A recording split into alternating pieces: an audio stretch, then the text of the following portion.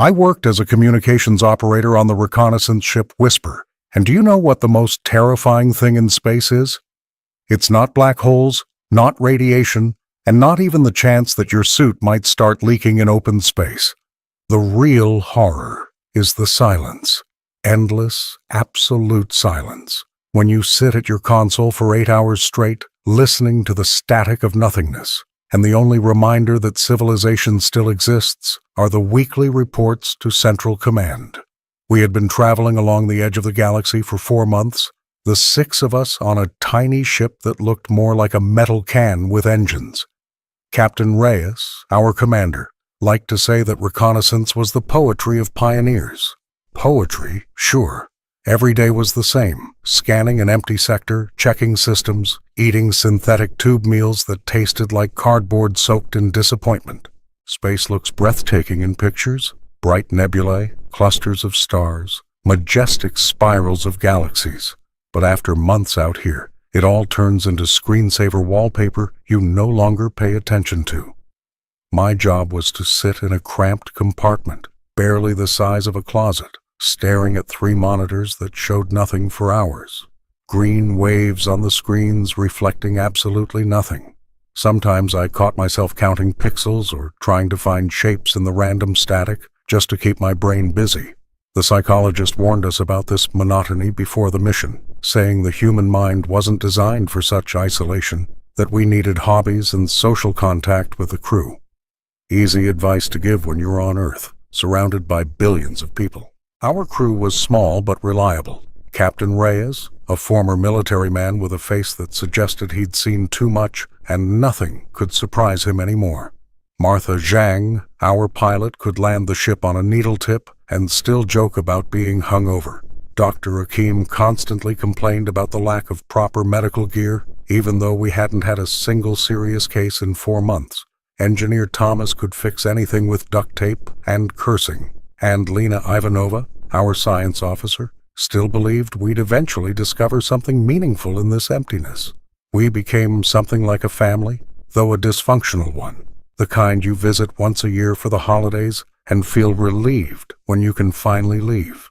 Only we had nowhere else to go. Then, on the 123rd day of the mission, just as I was thinking that once we got back to Earth, I'd file a report and never go farther than an orbital station again, my console made a sound. Not the usual sensor ping, not a system notification, a real, clear signal. At first I thought it was a glitch, since we were beyond the galaxy's spiral arm, in a sector where absolutely nothing existed. No colonies, no stations, not even automated beacons. But the signal continued, steady and repetitive, with mathematical precision that couldn't be random. I checked the system 3 times, ran diagnostics, even rebooted the equipment. The signal still persisted. It was coming from the intergalactic void, from a place where nothing should exist according to any known laws. I called the captain, and when he looked at the data on my screen, his usually unshakable expression faltered for the first time on this mission. We had just discovered something impossible. The signal was unusual from the start, and I realized that the moment I began examining it, it didn't resemble human transmissions or anything from known alien species, the few we'd encountered over the last century of space exploration. The pattern repeated every 47 seconds with millisecond accuracy, which ruled out any natural origin.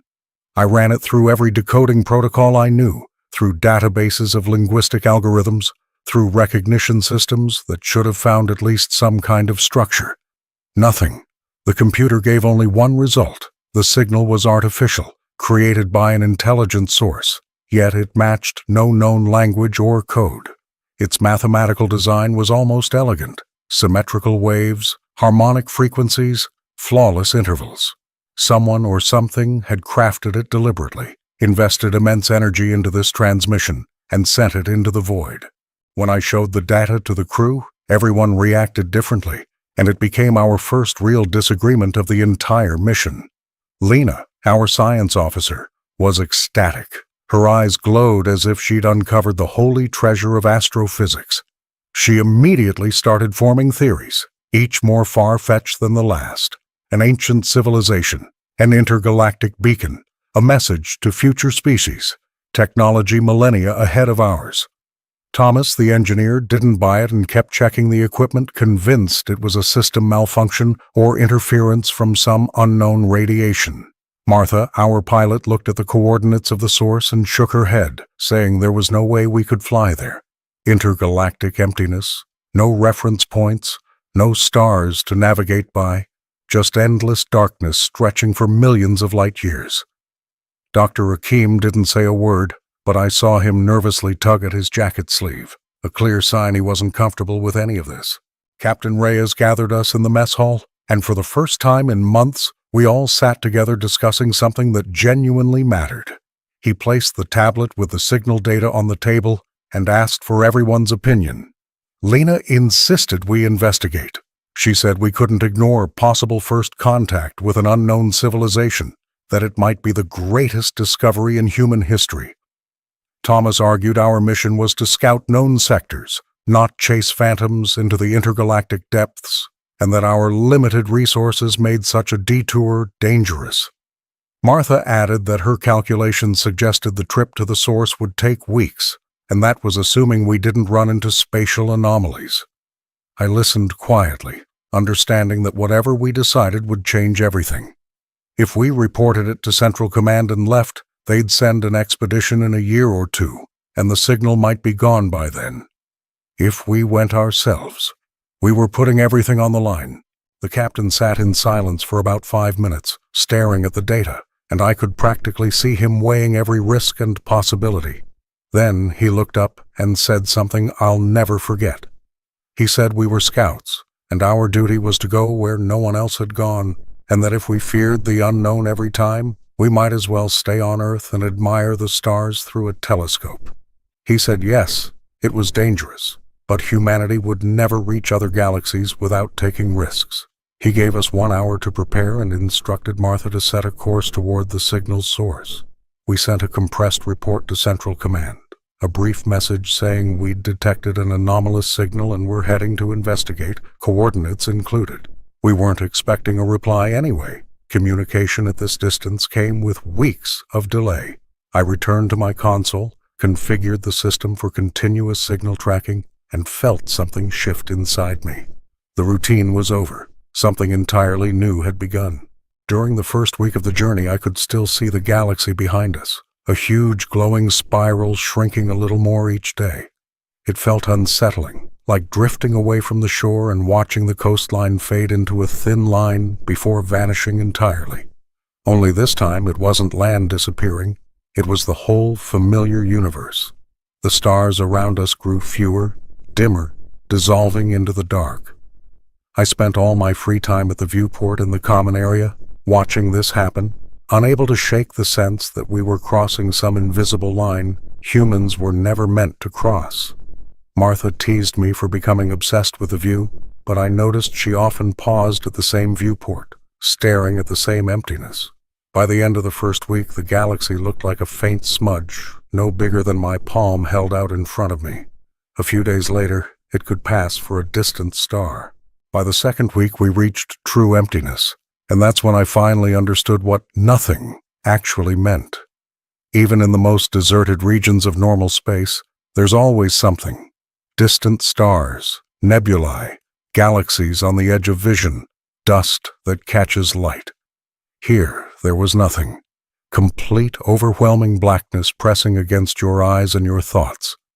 Lena kept taking measurements and each time repeated that by every physical law there truly was nothing here. Matter density near zero. No radiation, no particles, just expanding intergalactic space. She said we were in a region where the distance between atoms was measured in kilometers. I asked how a signal could even exist here, and she shrugged, saying that was exactly why the whole situation was impossible and therefore fascinating. It didn't make me feel any better. Around the 10th day, the crew began to change. At first it was subtle. Thomas became more irritable, snapping over trivial things, spending too much time in the engine room and checking systems over and over. Dr. Akeem started taking sleeping pills because he couldn't sleep. He said the silence here felt different, heavier, as if it pressed into his skull and wouldn't let his thoughts rest. Martha, usually the cheerful one, grew quiet, staying at the controls and staring into the void ahead even though the ship was on autopilot. Leere kept working with intense focus, recording data and building theories, but I noticed her hands trembling when she thought no one saw. Even Captain Reyes, our steady commander, began checking the navigation more than necessary, as if he feared we'd lose our way in this emptiness and never return. I caught myself staring at the comm screen too often, even though I knew there couldn't be any messages. We were far beyond reach. On the 17th day, something happened that unsettled all of us. Leere completed a full spectral analysis of the surrounding space and called us to show the results.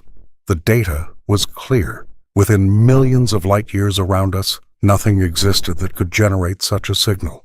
No stars, no planets, no asteroids, not even enough dust. The signal's source, according to her estimates, was still several days ahead, but physically, nothing larger than a grain of sand should exist there. Thomas asked whether it might be some quantum anomaly or a wormhole, but Leere dismissed that. The signal was too steady, too structured. Something was there, something massive and functioning, something that shouldn't exist according to any known universal law. The captain ordered us to continue, but in his eyes I saw what I felt myself. We were flying toward something impossible, and with every passing day the way back stretched farther, while the void around us grew darker and colder. On the 21st day, my console went haywire. The signal that had been steady and consistent suddenly surged hundreds of times stronger. Sensors maxed out and the visualization systems tried to render an image of what lay ahead. I called everyone to the bridge, and we gathered around the main screen, watching the computer process the data. What appeared made everyone fall silent. In the total emptiness where nothing should exist, a structure hung there. Calling it a building was an understatement. It was a construct the size of a small planet, geometrically exact, made of concentric rings and spires stretching hundreds of kilometers. The surface was dark, nearly black, but faint glowing lines ran along it, as if energy flowed through the veins of a colossal organism. Martha swore aloud, Leere gasped, and Thomas simply stood with his mouth open. Captain Reyes said nothing, staring at the screen, his fists slowly clenching. We had found the signal source, and it was impossible. The next hours were spent with Leere feverishly analyzing the data, and each new result made things even stranger. The spectral analysis revealed alloys unknown to nature, and impossible for us to create even theoretically. Isotope analysis indicated the structure was over 1 billion years old, plus or minus 100 million. 1 billion years. When this was built, Earth had no multicellular life, only bacteria and algae. And here, in intergalactic emptiness, something or someone created a structure the size of a planet. Leere tried to identify the energy source. The station was clearly active, emitting thermal signatures and running some internal systems. But there were no nuclear reactions, no reactor traces, no antimatter. The energy simply existed, with no explanation. It was like seeing a car running without an engine. Thomas suggested zero-point vacuum energy or a link to dark energy, but admitted it was only speculation, a verbal attempt to rationalize the unexplainable. We flew around the station's perimeter, a journey lasting over 6 hours, revealing its immense size. Thousands of openings covered the surface, resembling docking ports or entrances, though most were sealed. The outer structure looked like layered rings, ring upon ring, level upon level, stretching deep into the construction.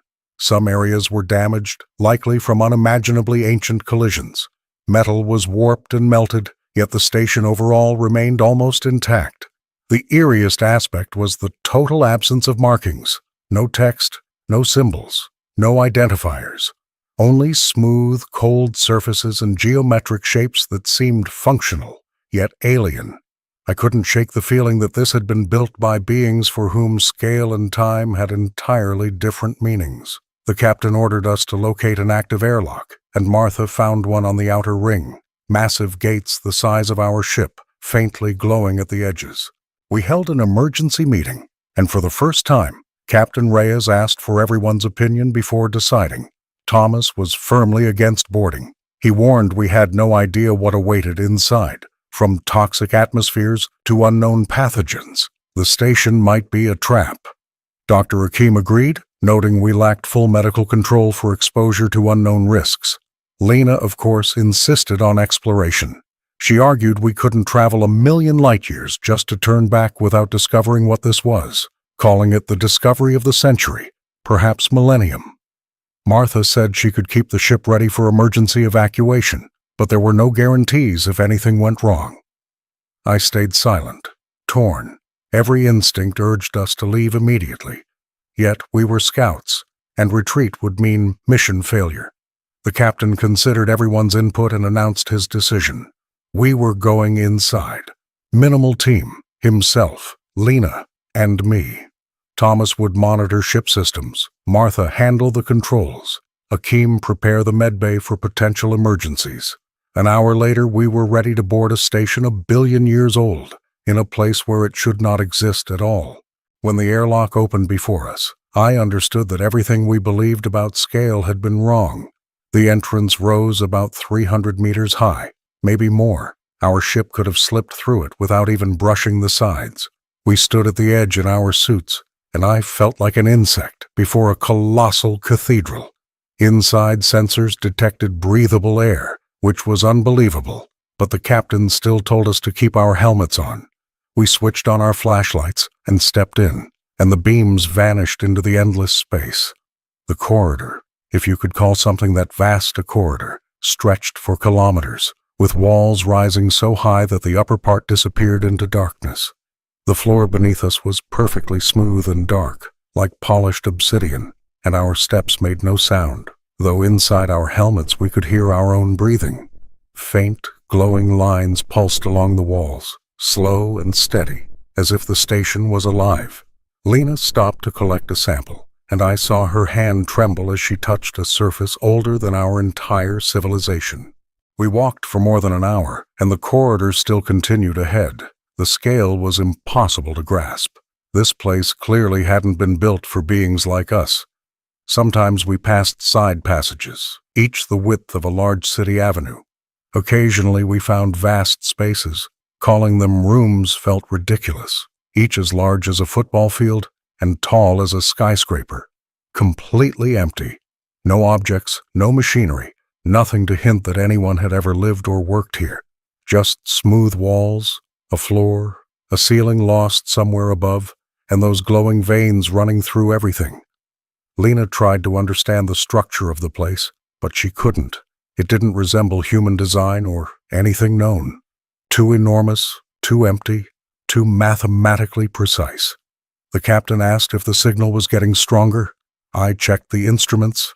Yes, we were moving in the right direction, toward the source deeper inside. Thomas contacted us from the ship, asking if everything was all right, and his voice felt strangely comforting in this vast, silent void. The deeper we descended, the more disturbing the station became. We found something like a vertical shaft, a massive well stretching downward for kilometers, with evenly spaced platforms. Gravity felt almost like Earth's, though we had no idea how it was maintained. We went down several levels, and each one was identical to the last. The same colossal corridors, the same empty halls, the same lifeless perfection. No bodies, no bones, no traces of organic material, no tools, no artifacts, no signs of culture.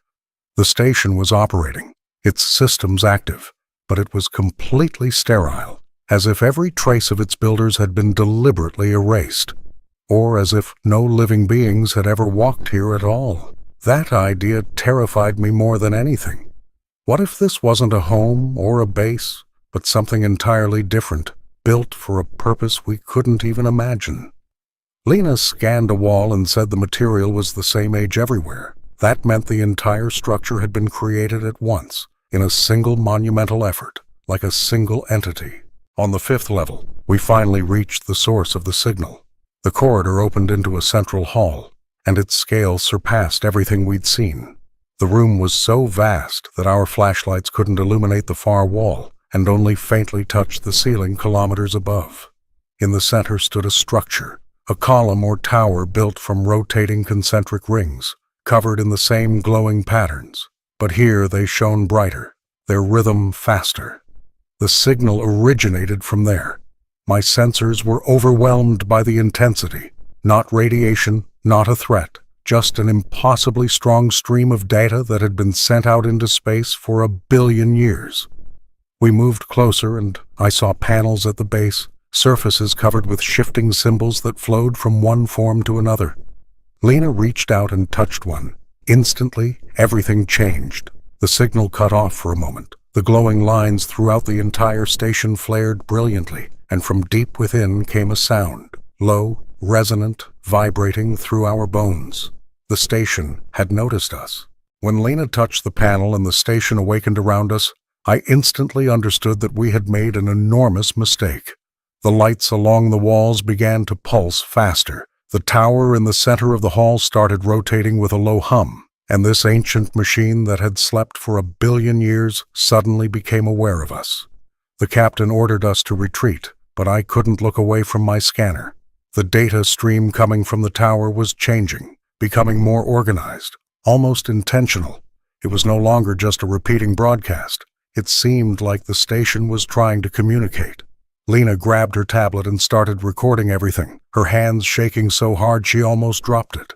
I watched the symbols on the panels form sequences, shift, repeat, and something in me recognized it as structure.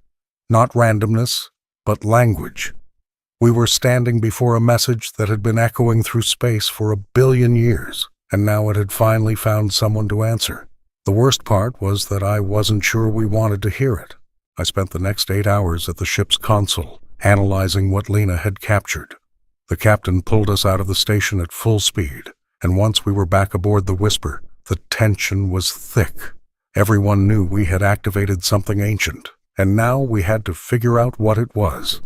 I ran the data through every decoding system we had, searching for patterns, mathematical sequences, anything that could help. Thomas sat beside me, handling the more complex calculations, while Leere studied the symbols, trying to compare them to known languages. Nothing worked. This wasn't a language shaped by a linear mind. It was something multidimensional, something that did not follow the logic of human thinking. Then Leere proposed something wild. Instead of looking for linguistic meaning, we should examine the mathematical structure, frequencies, intervals, harmonics. After 3 more hours, the pieces finally came together. It wasn't a language in the traditional sense. It was a mathematical formula encoded into waves. And when we transformed it into a visual form, a message appeared. 3 words repeating endlessly. Do not come closer. We stared at the screen in silence, each of us understanding the implications. The station wasn't an invitation or a beacon left behind by some ancient civilization. It was a warning. For 1 billion years, this thing had stood in the void, broadcasting the same message again and again: stay away, do not approach, turn back. And of course, we ignored it. Captain Reyes asked Leere to reanalyze the station's design with this new information in mind. She worked through the entire night, and in the morning she presented results that froze us in place. The structure consisted of concentric barriers, ring after ring, layer after layer, each equipped with its own energy fields and defensive systems. The most alarming part was that all of these barriers were directed inward, not outward. This wasn't a fortress meant to repel attackers. It was a containment system designed to hold something inside. And we had passed through several outer layers and triggered the security protocols. Dr. Hakim finally asked what everyone had been thinking. What could possibly be so dangerous that an ancient civilization built a planet-sized prison in intergalactic emptiness to hold it? Leere had no answer. She only showed deep scans of the inner levels.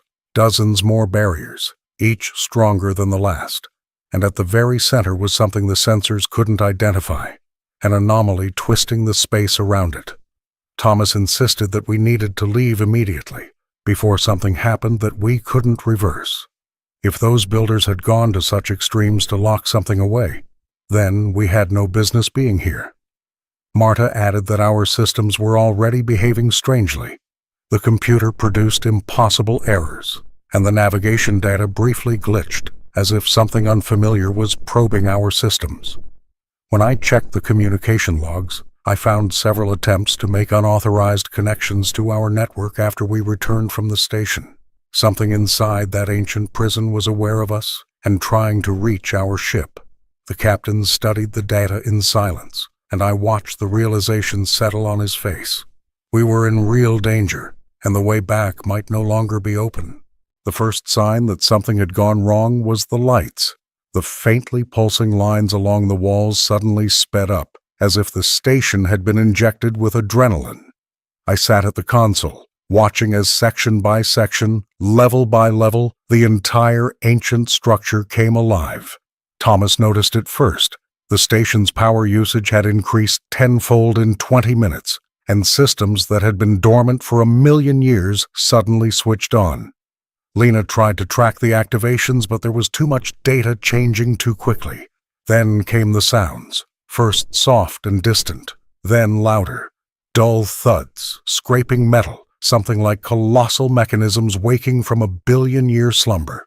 The captain ordered us to prepare for an emergency departure, but Martha shook her head, pointing at the navigation screen. The station was generating a field that interfered with our engines. It didn't stop them completely, but caused disruptions, as if an invisible hand held us in place. We had triggered a security system, and it clearly had no intention of letting us leave. Sensors began detecting movement deep inside the station, and it was terrifying.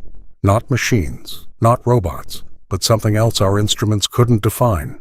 Abnormal temperature readings in empty sectors, strange distortions on the scanners, as if something massive moved through the corridors without a defined shape.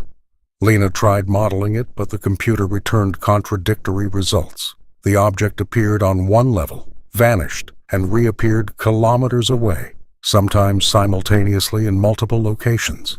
Thomas assumed it was a system glitch, but the data was too consistent, too intentional. Something was moving from the lower levels toward the outer barriers we had breached.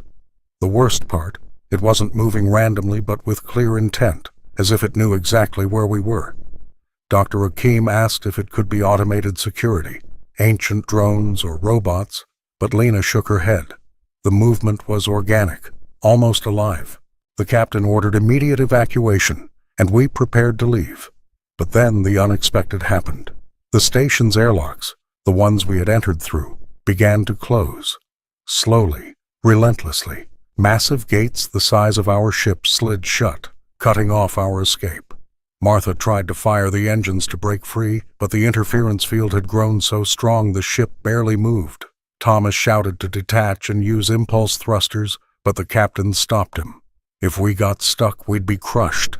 I watched the gap shrink, the distance to safety narrowing by the second. Leere tried accessing the station systems through the panel she had touched, but nothing responded. The station ignored us, or worse, followed a protocol we had triggered ourselves. A minute before the gates fully closed, the captain ordered everyone strapped in, and Martha pushed the engines to maximum despite the interference. The ship lunged forward, systems screaming under strain, and we shot through the narrowing opening with barely 10 meters to spare. We pulled back to a safe distance, but no one felt relief. The station no longer looked dead. It glowed from within, entire sections pulsing with bright light, energy waves rippling across its surface like the skin of a giant organism.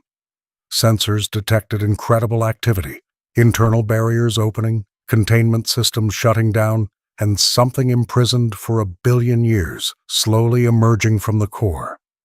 Leere looked at the readings and quietly said what we all already knew.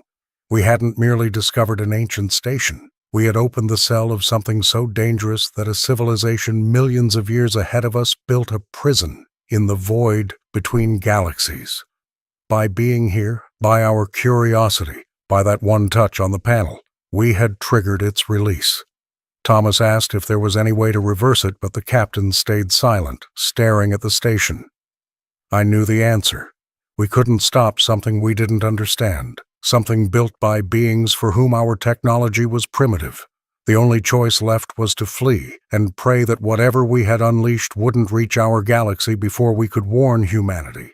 We flew 100 kilometers away from the station and stopped, trying to decide our next move. But Leere didn't give us a chance to rest. She ran a complete structural analysis of the barrier system, and the results made it clear we had made a far graver mistake than we realized. The station was constructed as a series of concentric defense rings, each activating when the previous one was breached. There were 27 in total, each stronger than the last. The critical problem was that when we entered and touched the interface, we didn't just trigger the system. We crossed a vital barrier, the final line separating the outer levels from the inner ones. Leere explained it simply. Imagine a prison with 27 walls, and we had just broken the 26th. Whatever was locked inside was now only one barrier away from freedom. Even worse, our presence, our biological signals, our minds had become triggers for the ancient system. The station was designed to react to intelligent life, and we had provided exactly what it had awaited for 1 billion years. A target, a trail, a path leading to a living civilization. The captain asked if we could somehow close the barrier and restore the defenses, but Thomas shook his head and pointed to the station's energy readings. Activating even one inner barrier demanded energy equivalent to a year's output of a small planet. Our ship's reactor could power a city for a few months at most. We simply couldn't supply the energy needed, even if we knew how to operate the systems. Leere scoured the data for anything about the station's creators and suddenly stopped. She had found something within the structural code of the interface, fragments resembling records or logs. We spent 3 hours decoding them through mathematical patterns, and when the text emerged, I wished we had never discovered it. These weren't instructions or scientific notes. They were warnings, the final messages of the prison's builders. The fragments, filled with despair and terror, spoke of what they called the Devourer. Not a being or organism, but a presence that destroyed civilizations, not physically, but from within. The records were incomplete. Much had been lost over 1 billion years, but what remained painted a terrifying picture. The station's creators were a race that had existed for millions of years, controlled half their galaxy, and reached technological heights we can only imagine. And they encountered it, the Devourer, not an army, fleet, or empire, a single entity that entered star systems and affected intelligent life. They didn't detail exactly what happened, but the fragments indicated it wasn't conventional warfare. Civilizations collapsed internally, minds altered, entire species lost the will to resist, to survive, to exist. One fragment Leere translated was especially chilling. The Devourer didn't kill bodies. It destroyed the desire to live, erased the meaning of existence, turning minds into empty shells. Over 3,000 years, their civilization lost more than half its colonies and realized they could neither defeat nor comprehend the entity. Only one option remained: trap it somewhere. It could never reach new life. The final record dated back to long before Earth existed. 1 billion years ago, the builders completed the prison and lured the Devourer inside. They didn't explain how, only noted they made an unimaginable sacrifice, using themselves as bait, knowing they would not survive. They built the station in the intergalactic void, 1 million light-years from the nearest galaxy, surrounded it with 27 barriers, each intended to hold for centuries, and activated a warning signal to broadcast indefinitely. Do not approach. Stay away. Something that must never be freed is locked here. The last line read like a verdict. If you are reading this, the barriers are breached, and the Devourer is free again. Run, warn your worlds, and pray you fare better than we did. Leere finished reading, and we all sat in silence, grasping the enormity of what we had done. We hadn't just opened an ancient tomb. We had released something that destroyed a civilization capable of building planet-sized prisons, and now it knew where to find a new galaxy filled with intelligent life, ripe for consumption. The captain turned to me and asked how long it would take to send a message to Earth. I checked the calculations and answered, 3 weeks, if we were lucky. He nodded and ordered a priority report prepared. We had to warn humanity, even if it was the last thing we would do. The first contact unfolded nothing like I imagined. No flashes, no noises, no signs at all. At some point I simply understood that thoughts were appearing in my mind that didn't belong to me. I was sitting at the console working on a report for Earth when I noticed myself thinking about concepts I had never explored. Time structure, what consciousness truly is, and how simple it would be to just stop resisting and let something greater enter. I blamed exhaustion at first, the pressure of recent days, but then I saw Leere frozen in the lab, staring at the wall with her lips moving soundlessly as though she were speaking to someone. Thomas was in the engine room, drawing unfamiliar symbols on the wall with a marker, repeating the same shapes until the surface was covered in patterns that felt both chaotic and precise. Dr. Hakim lay in the medbay with his eyes shut, his pupils darting beneath his eyelids as if trapped in a nightmare he couldn't escape. Only the captain still held on. He grabbed my shoulder, shouted in my face, and demanded I wake up, and only then did I realize I'd been sitting still for over an hour, staring at a blank screen with a blinking cursor. We assembled in the mess hall and the captain ordered us to clearly describe what we were experiencing, what we felt, what was happening in our heads. It turned out we were all dealing with the same thing, a presence, unseen but undeniable, slipping into our minds and sifting through our thoughts like someone leafing through a book. Leere said it felt like a cold, alien touch sliding along her brain's folds, tasting her memories and dismantling her emotions to understand them. Thomas said it seemed to be copying his mental structure, creating molds of his personality like taking impressions of a key to forge a duplicate. Dr. Hakim was suffering the most. He said it showed him visions of other worlds and other species that had met the devourer long before us, and he watched them perish not through destruction, but by losing the will to live. Entire planets of beings lying down and simply stopped breathing because they no longer saw a purpose. I described my own thoughts, ideas appearing in my mind that couldn't be mine, and moments when I felt like I wasn't one person anymore, but two. Myself, and something else observing the world through my eyes, trying to learn how to be human. The captain ordered us to isolate from one another. If this entity was using our minds as pathways, then limiting contact might slow its spread. Everyone shut themselves in their cabins. I remained on the bridge to monitor systems. Marta stayed in the control room, and the others remained in their sections. We communicated only via internal comms, short check-ins, every hour. But isolation made no difference. The presence wasn't outside. It had already reached inside, and physical barriers couldn't hold it back. I tried resisting by focusing on simple tasks, counting in my head, running through multiplication tables, recalling poems from school, anything that kept my thoughts busy and blocked it from digging deeper. Sometimes it helped briefly, sometimes longer, but it always returned, stronger and more intent, as if it were learning how to bypass every defense. The worst realization was that the devourer wasn't merely observing us. It was preparing. Every mental intrusion was an experiment, every copied thought a tool.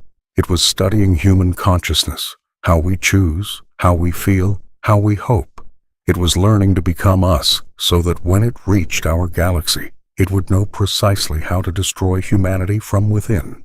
On the third day of isolation, Dr. Hakim stopped answering the check-ins. The captain and Thomas forced their way into his cabin and found him on the floor with his back against the wall, eyes open and unfocused. He was alive, breathing, his heart beating, but he wasn't there. The person was gone, leaving a body running on autopilot. They carried him to the medbay and tried to revive him, but nothing reached him. Only his lips moved from time to time, repeating the same words in a language we didn't recognize. Leere recorded the sounds and ran them through the system. It turned out to be one of the old languages used by the station's builders, fragments we had seen in earlier logs. Hakim was repeating one phrase over and over. "It is returning home. It has found the path. and it carries us with it. The captain realized we couldn't remain there. If we stayed, we would all end up like Akeem, empty shells serving as guides for a being using us to find its way to our world. He made the most painful choice of the mission.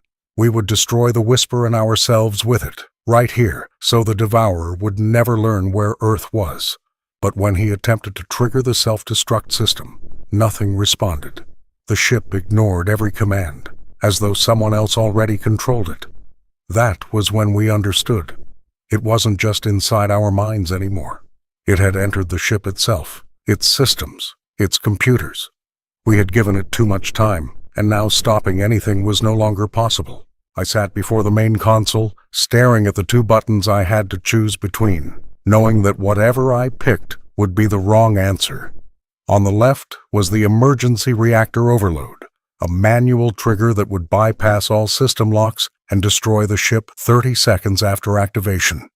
On the right was the emergency hyperspace jump, our final chance to break free and attempt to return home.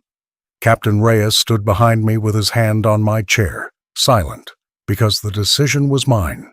I was the communications officer. I was the one who found that damned signal, the one who insisted we decode it, the first to touch the station's interface. It was my mistake, and now I had to repair it. Lena sat in the corner of the control room, holding her head and crying quietly, saying it was her fault for activating the system. But we all knew the truth. All of us were responsible. Each of us pushed forward when we could have stopped. Thomas was running one final check of the ship's systems, searching for a way around the lock the Devourer had set, but it was pointless. The presence controlled too much. Marta sat at the helm, looking out the viewport toward the station, toward that massive prison that no longer appeared lifeless. It pulsed with light, breathed with energy, preparing to release its captive into a galaxy filled with new life to consume. If I pressed the left button, we would all die here in the intergalactic void, and no one would ever know what happened. Our last message reached Earth 3 days earlier, a short transmission saying we'd discovered an ancient station and were starting our investigation. In 20 or 30 years, Central Command might send a team to our coordinates and find only debris and a silent station. Maybe they would be wiser than we were, read the warning, and leave. Or maybe they would repeat our mistakes and awaken what was supposed to remain dormant. But if we destroyed the ship now, the Devourer would lose all the information it took from us. Star charts, Earth's location, our society's structure, everything it had taken from our minds. It would remain here in this emptiness, perhaps for 1,000,000 years, perhaps forever, until someone else repeated the same error. It was the correct choice, the noble one, the one that would save billions at the price of 6 lives. The captain would support it. The station's builders would approve. Any rational person would agree. But my hand refused to rise to the left button because I didn't want to die. Not here, not like this, not in the silent darkness between galaxies where no one would ever even find our remains. The right button was both a promise and a curse. One hyperspace jump, and we would be halfway home, toward safety, toward a chance to survive and warn humanity about what we found. But the Devourer was inside us, inside the ship, and if we returned, it would return as well. It already knew where Earth was. It had studied our thoughts enough to understand human civilization, our weaknesses, our fears, the ways to break us from the inside. We would become the path through which that ancient horror entered our galaxy, and billions would die not from weapons or fire, but by simply losing the will to continue living.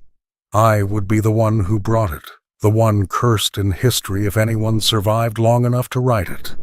But we could warn them, give humanity a chance to prepare, to resist, maybe even defeat what the station's builders couldn't.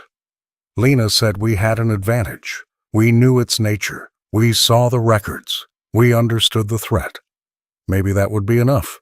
Or maybe I was just trying to justify not pressing the self-destruct because I wanted to live. I looked through the viewport at the station, at that ancient prison created by a civilization long gone, and suddenly felt that the emptiness around us didn't feel empty anymore. Something was out there, unseen, watching us. waiting for my choice, as if everything had been arranged for this moment. The devourer wasn't just observing us, it was examining us, judging whether we were worthy prey or too insignificant to matter. The captain quietly said that whatever I chose, he would accept it, that the decision was mine, and no one would blame me. But I knew it wasn't true. I would blame myself for the rest of my life, however long or short that might be. My hand hovered between the two buttons, my fingers shaking, and deep inside I felt the devourer studying my hesitation, learning about humanity through this struggle, learning what drives us, duty or self-preservation, sacrifice or hope that fate might show mercy.